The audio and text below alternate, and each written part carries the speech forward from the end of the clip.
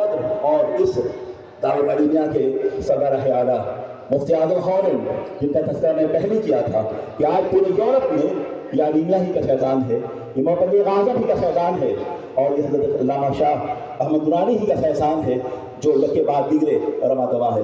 ایک جماسال قوت جس کا علم زبان ہے، جس کی فکر زبان ہے، جس کا شعور زبان ہے، جس کا احساس زبان ہے، جو قوت برداشت کا مالک ہے، جو اثار و تقویٰ شاعری کا حامل ہے، جو اپنے نفس کے خاطر نہیں بلکہ دین کے لیے کام کرتا ہے۔ یہاں رہ کر یہ بہت آسان ہے، ہم کو ہاتھ پھول پہنائے جاتے ہیں، نعرہ لگایا جاتا ہے، لوگ واہ واہ کر رہے ہوتے ہیں، آپ کے کو ویلکم کیا جا رہا ہوتا ہے۔ مجھے بتاؤ کہ یورپ میں کیا اس طرح ہوتا ہے؟ کیا ہمارے لیے بھی لوگ نعرہ لگاتے ہیں؟ کیا وہاں ہمارے لیے بھی یہ کاروان ہمارے ساتھ چلتا ہے؟ کیا ہمارے بھی لیے گلپوشی ہوتی ہے؟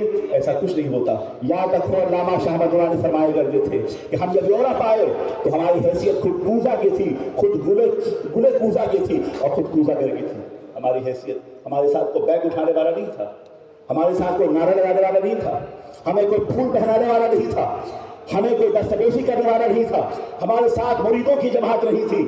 علامہ قائد رسول اللہ فرماتے ہیں کہ ہم نے یہ جو کچھ قائم کیا ہے اس کے پس منظر میں ہمارا تقویٰ ہے، ہمارا ضبط ہے، ہمارا صبر ہے، ہماری قوت برداشت ہے، ہماری بے نیازی ہے، اور ہم نے حرص و طمع کا راستہ کبھی اختیار نہیں کیا۔ ہم نے یہ کوشش کی کہ جس اللہ کے دین کے لیے ہم اس ملک میں پہنچے ہیں، جو موسم کے لحاظ سے سرد تو ضرور ہے مگر عشق رسالت کے حوالے سے ہم اس برفیلی زمین کو عشق رسالت کی حرارت دیں گے اور وہ فاتح اعظم ہوگا۔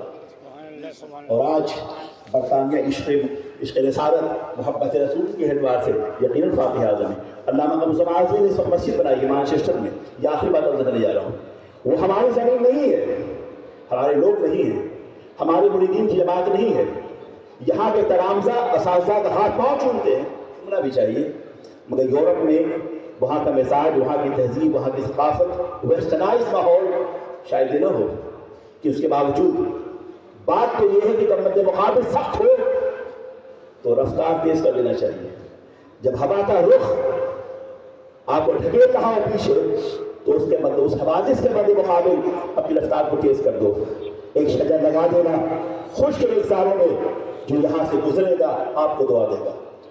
علمیہ خشک ریگزاروں میں لگایا گیا ہے، آج جو گزر رہا ہے دعا دے گا اور دعا دے رہا ہے۔ علمیہ درخت سائیدار ہے، اس کے سائے میں آپ بیٹھے ہوئے، واللہ العظیم جتنے لوگوں نے علمیہ کو آگے بڑھانے میں دامے دل میں قلب سخن کام کیا ہے، حضرت سید شمس الحق سے لے کر اس کے ماں باپ جتنے افراد ہیں وہ سب آج ثواب جاریہ کے مستحق ہیں۔ اللہ تعالیٰ ان کے قبر کو روشن فرمائے۔ تو یہ جذبہ دل اگر آپ کا ہوگا، میں یہ بات حضرت علامہ شاہ احمد درانی سیکھی ہے، مجھے الحمدللہ ان کے ساتھ چند قدم چلنے کا مجھے موقع ملا ہے۔ وہ ایک سادہ کھانا کھائے کرتے تھے، انہوں نے کبھی اپنی زندگی کو مہنگا کپڑا نہیں پہنا۔ انہوں نے مشن کے حوالے سے انگلینڈ میں جب بھی کوئی جلسہ ہوا اور ہم لوگوں نے حضرت کی بارگاہ میں نظر پیش کی تو آپ نے کہا اسے لو اور مشن میں ڈال دو، مشن کی اس کی زیادہ ضرورت ہے۔ وہ چاہتے اگر تو کراچی کلفٹن میں ان کا مینشن ہوتا، مگر ایک فقیر کی طرح انہوں نے اپنی زندگی گزاری ہے۔ لیکن یاد رکھو وہ فکر کی روشن میں بجلی سے زیادہ تیز تھے، جن کے رگوں میں صدیقی خون دوڑ رہا تھا اور جنہوں ان کا دل عشق رسالت کی بے پناہی سے سمندر کی حیثیت رکھتا تھا، اور جو اپنی آنکھوں میں گنبد خضرا کی چمک رکھتے تھے، اور وہ کہتے تھے جس کی نظر منزل مقصود پر ہو دنیا کی کوئی طاقت اسے کمزور نہیں کر سکتی۔ وہ جہاں بھی جائے گا آسمان کی بلندیاں اتر کر اس کے قدموں کا بوسہ دے گی اور سمندر میں راستہ دے گا۔ اور یہی ہوا ہے، آپ نے افریقہ کے صحرا کو چیرا، یورپ کے سمندر کو چیرا، اور اذان کی آواز جو فجر کے وقت جو آواز گونجتی ہے نا انڈونیشیا کی ساحل پر، ایک مفکر نے یہ بات لکھی بھی ہے کہ مسلمان کمزور ہے، مسلمان تباہ حال ہے، مسلمان پریشان حال ہے، عدم اتحاد کا ہم شکار بھی ہیں، ہماری قیادت بھی ہمارے پاس نہیں ہے۔ یہ بتاؤ کہ ہم قرآن کی دعوت کے مستحق صرف ہندوستان کے لوگ تو نہیں ہے نا، یورپ کے بھی، افریقہ کے بھی ہیں۔ آپ گئے وہاں 4 روز کے بعد گھوم کے چلے آئے، آپ نے بتایا کہ دعوت کا کتنا سلسلہ آپ نے دراز کیا، لیکن یہ وہ لوگ تھے 3 4 ماہ اپنے وہاں قیام کیا، اور جب تک کہ مشن مکمل طور پر اسٹیبلش نہیں ہو گیا، علامہ شاہ احمد درانی، علامہ ارشد القادری وہاں سے لوٹے نہیں۔ کون ہوتا ہے جو برطانیہ کی بہاروں کو چھوڑ کے واپس آ جائے؟ 17 ماہ کے بعد علامہ ارشد القادری نے بات کہی کہ اب میں جا رہا ہوں، اور حضرت علامہ قمر آدمی سے کہا کہ اب یہ تمہارے حوالے ہے، میں جا رہا ہوں ہندوستان میں، مجھے بہت خوش کرتا ہے. کتنے لوگ ہیں مجھے بتائیں کہ وہ انگلینڈ جانے کے بعد وہاں کے پاؤنڈ کو چھوڑ کر، وہاں کے ڈالر کو چھوڑ کر، وہاں کے آسائشوں کو چھوڑ کر، وہاں کے بنگلوں کو چھوڑ کے واپس آئے. علامہ شاہ احمد درانی نے اپنی پوری زندگی کو بنگلہ نہیں بنایا.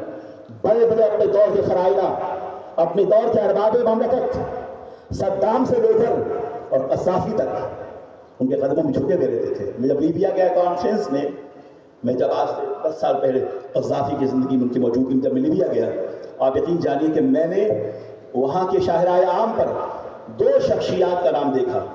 ایک تو خود وہاں کے ارباب مملکت کے سربراہ قذافی تھے، اور 2 سے اسلامی اسکالر میں جو پورے عالم اسلام کی نمائندگی کر رہے تھے وہ حضرت علامہ شاہ احمد درانی تھے. کتنے احساس کی بات ہے. اب بتاؤ، آج بھی تو کانفرنس ہو رہی ہے نا، عراق کانفرنس ہو رہی ہے، استنبول میں کانفرنس ہو رہی ہے، الجزائر میں کانفرنس ہو رہی ہے، یمن میں کانفرنس ہو رہی ہے، ایران میں کانفرنس ہو رہی ہے. کیا ہماری کوئی قیادت ہے ہندوستان سے؟ کیا ہمارے علماء جا رہے ہیں وہاں؟ بتاؤ. علامہ شاہ احمد درانی کے جانے کے بعد وہ جگہ خالی ہو گئی. علامہ اشرف قادری کے جانے کے بعد وہ جگہ خالی ہو گئی ہے. میں دہلی اور بمبے کے اخبارات کے ایڈیٹرز کو دیکھتا ہوں وہاں کی کانفرنسوں میں. میں یہاں نگرہ کے وہابیوں کو دیکھتا ہوں وہاں، اور یہ کہتے ہیں کہ میں صوفی ہوں. یہ صوفی بن کے کبھی استنبول جاتے ہیں اور کبھی عراق جاتے ہیں، کبھی لیبیا جاتے ہیں. آپ کو کیا ہو گیا؟